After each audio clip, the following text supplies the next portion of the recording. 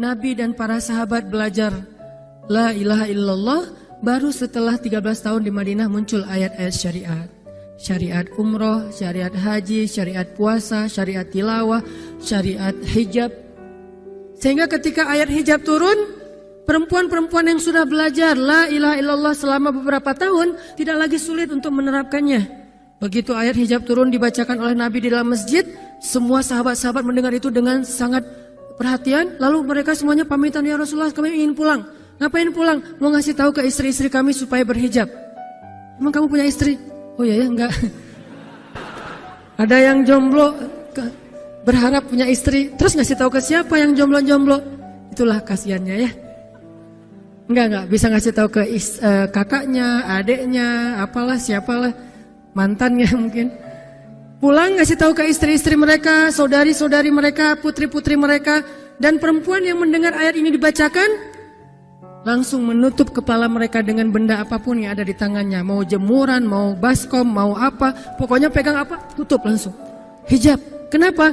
Ini perintah Allah. Gak mungkin Allah memerintahkan kita sesuatu kecuali ada kebaikan di dalamnya. Itu aja pertimbangannya. La ilaha illallah. Bukan kenapa? Kan lebih nyaman gak pakai hijab. Kan ini, kan itu. Enggak. Satu aja alasannya. Alasan la ilaha illallah. Kalau ini perintah Allah, sami'na wa ata'na. Itu dampak dari la ilaha illallah. Dikasih perintah sesulit apapun, termasuk Zainab dengan Zaid bin Harisah. Pernah kan baca kisah Zainab di surat Al-Ahzab? Mungkin kapan-kapan kita bahas itu. Efek dari la ilaha illallah. Tiba-tiba Nabi datang kepada Zainab. Sebetulnya Zainab ini ada hati kepada Nabi Muhammad. Siapa sih yang gak punya hati untuk Rasulullah ya? Semua cewek juga pasti mengidam-idamkan pengen jadi istri Nabi. Karena otomatis istri Nabi itu adalah dijamin surga. Siapa yang gak pengen jadi istri Nabi? Di surga nanti punya rumah, satu rumah dengan Nabi. Kan keren banget. Kita bisa jadi tetangga Nabi aja di surga udah keren banget. Apalagi serumah dengan Nabi. Semua cewek juga pengen jadi istri Nabi, termasuk Zainab. Dan itu hal yang wajar.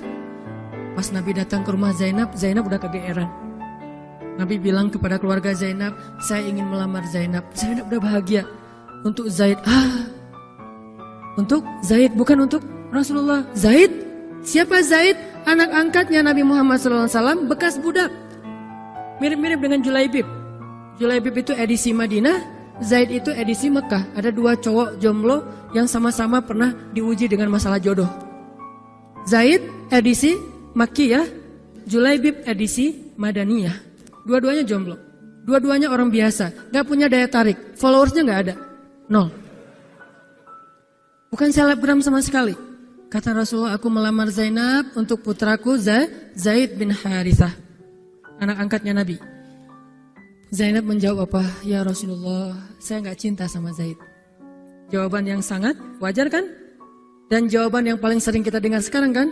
Maaf ya, aku gak ada perasaan, kita jadi adik kakak aja. Itu kan standar ya? Standar banget lah kayak gitu-gitu. Maaf ya, kita jadi temenan aja. Maaf ya, aku gak ada perasaan apa-apa selama ini. Maaf ya, dan segala macam. Dengan bahasa-bahasa halus tapi nolak intinya. Kenapa gak bilang aja, udah gak usah kesini lagi? Kan jelas sih. Ini dengan bahasa, ya Rasulullah, aku tidak cinta kepada Zaid. Karena cinta juga pertimbangan yang penting. Dan Nabi juga tidak mengizinkan kita menikahkan putri kita dengan seseorang yang putri kita tidak berkenan dengannya. Tetap harus ditanya, ya Rasulullah, saya tidak cinta dengan Zaid. Turun ayat. Katakan kepada orang-orang yang beriman, laki-laki dan perempuan, kalau Allah sudah memerintahkan sesuatu, tidak ada kalimat yang keluar dari lisan mereka kecuali sami'na wa ata'na. Nabi bacakan ayat ini kepada Zainab. Zainab mendengar, ya Rasulullah, Allah yang menyuruh ini. Ya kata Rasulullah, sami'na wa ata'na. Kebayang gak tuh? Efek dari apa? La ilaha illallah. Jadi la ilaha illallah itu bukan cuma kalimat zikir, bukan cuma kalimat doktrin ideologi, bukan cuma masalah teologi secara teoritis, bukan. Ini dampaknya kepada akhlak, dampaknya kepada ibadah, dampaknya kepada banyak pilihan hidup dari la ilaha illallah. Orang kalau nggak baik la ilaha illallah pasti susah memilih pilihan-pilihan dalam hidupnya. Kalau tidak baik la ilaha illallah pasti susah untuk berperangai, sabar, memaafkan. Itu semuanya ada hubungannya dengan la ilaha illallah. Sama kayak Abu Bakar, ketika dia sakit hati kepada orang yang memfitnah anaknya, dia cari tahu siapa orang yang pertama menyebar hoax tentang Aisyah. Ketahuan, dilaporin, diperkarakan sama Abu Bakar. Tiba-tiba turun ayat dari Allah, janganlah orang yang memiliki kelebihan harta di antara kalian bersumpah untuk tidak lagi membantu saudaranya gara-gara sakit hati. Hendaklah dia berlapang dada dan memaafkan. Itu perintah Allah, berlapang dada dan memaafkan. Terus konsekuensinya apa? Balasan janji Allah apa? Ala tuhibbuna ayyaghfirallahu lakum? Tidakkah kamu suka jika Allah memaafkan juga kesalahan-kesalahan kamu? Jadi deal-dealannya dengan Allah, bukan dengan makhluk. Enak aja saya maafin dia, untung di dia, rugi di saya. Enggak. Kalau kita transaksinya dengan makhluk, kita rugi. Tapi kalau kita transaksinya dengan Allah, kita untung. Libatkan Allah dalam urusan kita. Dan ini gak mungkin kita lakukan kalau gak baik. La ilaha illallahnya. Allah nawarin kepada Abu Bakar, ala tuhibbuna ayyaghfirallahu lakum? Tadinya Abu Bakar kesel banget sama tuh cowok. Terus turun ayat ini, wal ya'fu wal yasfahu. Hendaklah dia memaafkan dan berlapang dada. Abu Bakar berat. Tiba-tiba Allah katakan, ala tuhibbuna ayyaghfirallahu lakum? Bala ya Rob. Kata Abu Bakar, tentu ya Allah, kalau gitu saya akan maafkan. Demi supaya Allah memaafkan kesalahan saya. La ilaha illallah. Zainab, sami'na wa ata'na. Ya udah, saya terima Zaid ya Rasulullah. Alhamdulillah. Datang Nabi ke Zaid. Zaid, mau gak nikah sama Zainab? Sebetulnya mau banget, tapi gak pede. Zaid takut Zainab nanti jadi terpaksa menikah dengan Zaid, jadi gak nyaman. Zaid juga gak mau menyulitkan Zainab. Ya Rasulullah, saya gak pantas untuk Zainab. Kata Zaid. Dibacakan lagi ayat ini. Ya Zaid, ini perintah Allah. Oh gitu ya Rasulullah. Sami'na wa ata'na. Buat Zaid sih gampang lah ya. Udah ada legalisasi ini dari Allah. Kalau gitu, ini bukan saya ya Rasulullah yang mau ya. Allah kan yang nyuruh. Ya, saya emang gak mau maksa gitu ya. Tapi kalau Allah yang nyuruh, ya udah, apalagi saya gak punya pilihan dong gitu. Padahal Zainab, siapa sih yang gak mau cowok sama Zainab? Nikahlah Zainab dengan Zaid.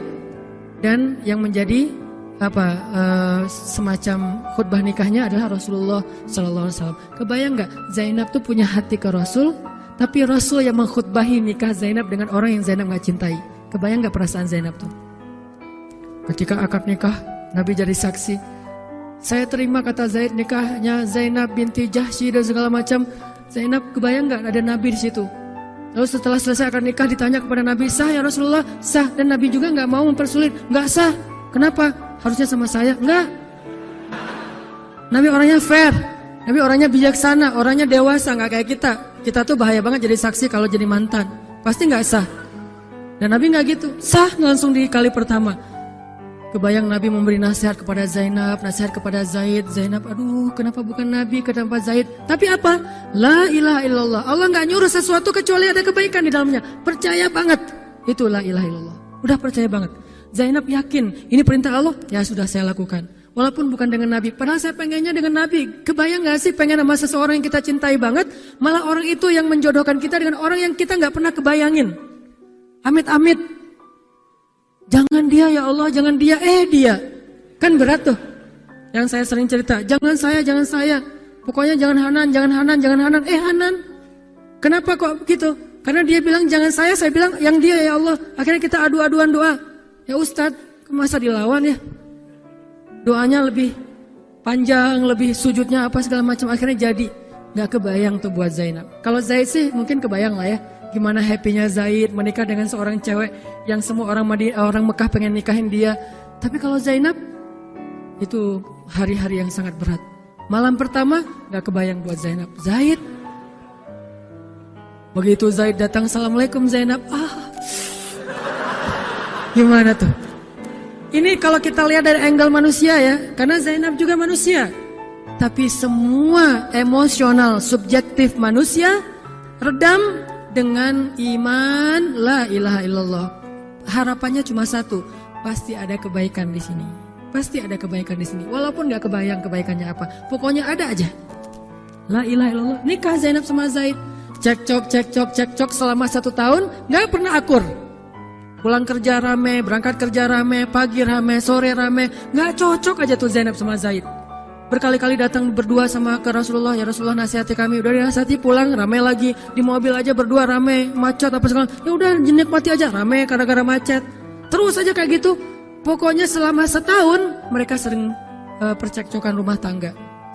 Jadi kalau kita ngelihat ada keluarga yang mungkin baru menikah kemudian bercerai, jangan menjudge mereka. Karena menikah itu ibadah, perintah Allah. Itu lebih baik daripada tidak menikah tetapi sudah melakukan banyak perbuatan dosa. Walaupun akhirnya nauzubillah ada hal-hal di luar dugaan, maka la'allahu khair, mudah-mudahan ada kebaikan. Mereka berani menikah muda aja kita harus acungkan jempol. Mereka berani menikah muda aja kita harus respect. Kan saya sering bilang no judgment, respect to other kan. Berani mengambil keputusan menikah muda, baru berhijrah udah langsung menikah. Itu bukti dari iman. Kenapa kita menjudge seolah-olah kita lebih baik dari dia? Emangnya kita berani melakukan hal yang mereka lakukan? Gak berani buktinya. Berarti dia lebih baik daripada kita. Walaupun kesudahannya, kalau mereka bercerai setelah menikah baru beberapa lama, ada yang lebih soleh dari mereka juga bercerai baru setahun menikah. Zainab dengan Zaid, dua-duanya dijamin surga. Dua-duanya dijamin surga. Pernikahan mereka cuma bertahan setahun. Setahun kemudian Zaid datang kepada Rasulullah. Zaid bilang, ya Rasulullah, kayaknya udah gak bisa dipertahankan hubungan saya dengan Zainab. Zaid, sabar. Rasul ketika Zaid mau datang sebetulnya udah dapat bocoran dari Allah. Allah udah ngejapri Rasulullah dalam bentuk ilham. Japrian Allah kan ilham ya. Japrian kita kan WA, itu juga habis kuota gak kebaca-baca. Kalau japrian Allah ke Rasul ilham. Ilhamnya apa? Kalau nanti Zaid datang, nanti baca di surat Al-Ahzab. Kalau nanti Zaid datang kepadamu meminta nasihat tentang Zainab, bilang kepada Zaid, ceraikan istrimu. Kalau udah diceraikan, nanti kamu nikahi Zainab. Ini perintahnya juga berat buat Nabi nih. Kebayang gak sih anak angkat kesayangan Nabi yang selama ini baik banget sama Nabi, tiba-tiba dia punya masalah dengan istrinya, disuruh cerain dengan niat kalau udah cerai nanti dia yang nikahin. Kan gak kebayang tuh buat Nabi. Ditambah lagi Nabi itu orangnya ra'fah banget, sangat gak enakan. Kita aja gak tega kayak gitu. Emang ada yang tega kayak gitu? Gak tega kan? Zainab mantan kita sih. Sekarang cowok itu datang ke kita, suaminya Zainab. Ustadz, gimana nih Zainab, perlu saya pertahankan? Emang kalian dari awal udah gak cocok, cerai aja deh. Kenapa? Bentar lagi gue mau nikahin Zainab. Gak kebayang kan? Kok Ustadz ngomong kayak gitu? Dapat ilham. Berat kan?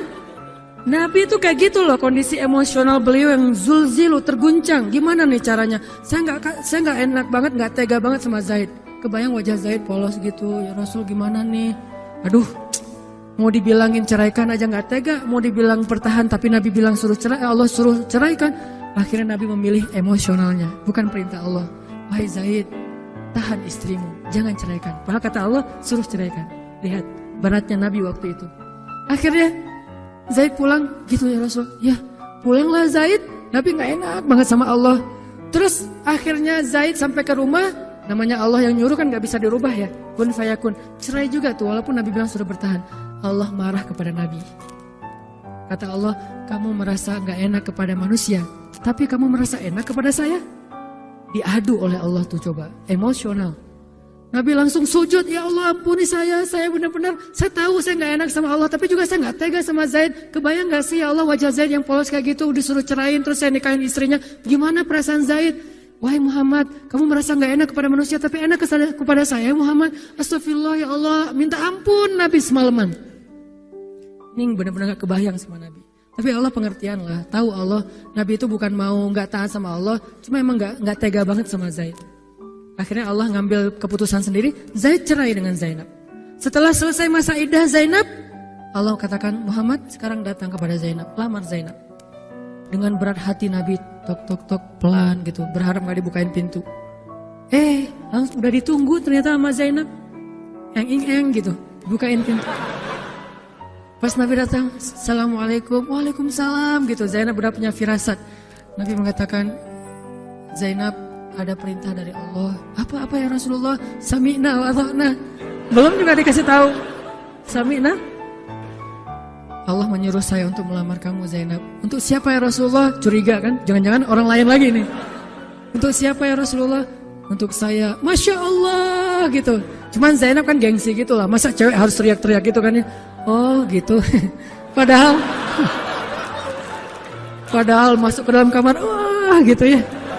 Gigit jari apa, gaya-gaya cewek lah ya. Oh gitu, ntar ya saya pikir-pikir dulu sih. Saya istiqoroh dulu, Nabi diistiqorohin. Udah diterima, sami'na wa ata'na. Dan inilah khair, kebaikan yang diharapkan oleh Zainab. walaupun gak pernah terbayang, gak mungkin dong Zainab berpikir akan cerai setelah setahun kan? Tapi dia hanya yakin Allah itu gak mungkin nyuruh sesuatu yang gak ada kebaikannya buat kita. Gak mungkin. Mustahil. Karena Allah gak pernah zalim kepada hambanya. Kenapa Allah kok muter-muter dulu kayak gitu? Allah pengen lihat Zainab itu menikahi Muhammad karena Allah atau karena dirinya sendiri. Kalau karena Allah, coba yang selain Muhammad berani gak? Ternyata berani. Karena itu dia menjadi layak untuk Muhammad. Kalau dia gak menerima Zaid, mungkin Zainab tidak akan pernah jadi istri Nabi karena tidak layak. La'allahu khair. Ini buah dari la ilaha illallah.